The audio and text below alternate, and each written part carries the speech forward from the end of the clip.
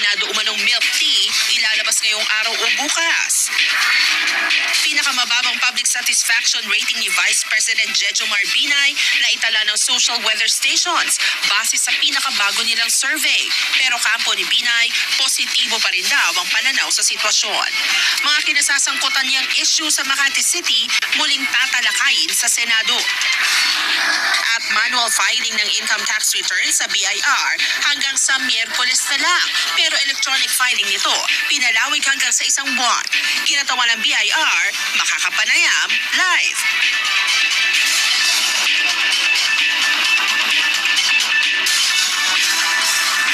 Ang inyo pong napapanood ay live na kuha mula sa Senado sa Pasay City.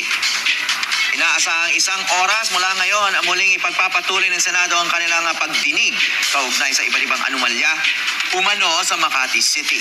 Kasama sana sa investigasyon ngayong araw ang Globe Asiatic founder na si Delphine Lee, pero di siya pinayagan dumalo ng korte. Ang detalye ng balitang yan ihahatid namin maya-maya lamang.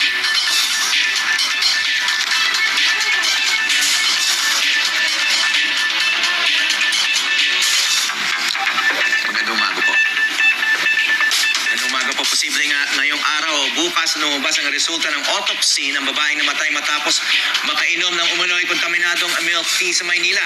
Bumubuti naman ang kondisyon ng nobyo ng babae na na-ospital matapos makainom din ng milk tea. May news to go si Jay Sabale. Jay. Hawi Maris, patuloy ang laban ng pamilya Dagohoy upang makamit ang hustisya mula sa pagkamatay ni Suzanne Dagohoy sa sinasabing kontaminadong milk tea. Ngayong araw o bukas ay inaasahang lalabas ang resulta ng autopsy ni Suzanne Dagohoy, ang babaeng namatay matapos uminom ng milk tea. Ito ang makakapagsabi kung ano ba talaga ang sanhi ng pagkamatay niya. Tapos sino pong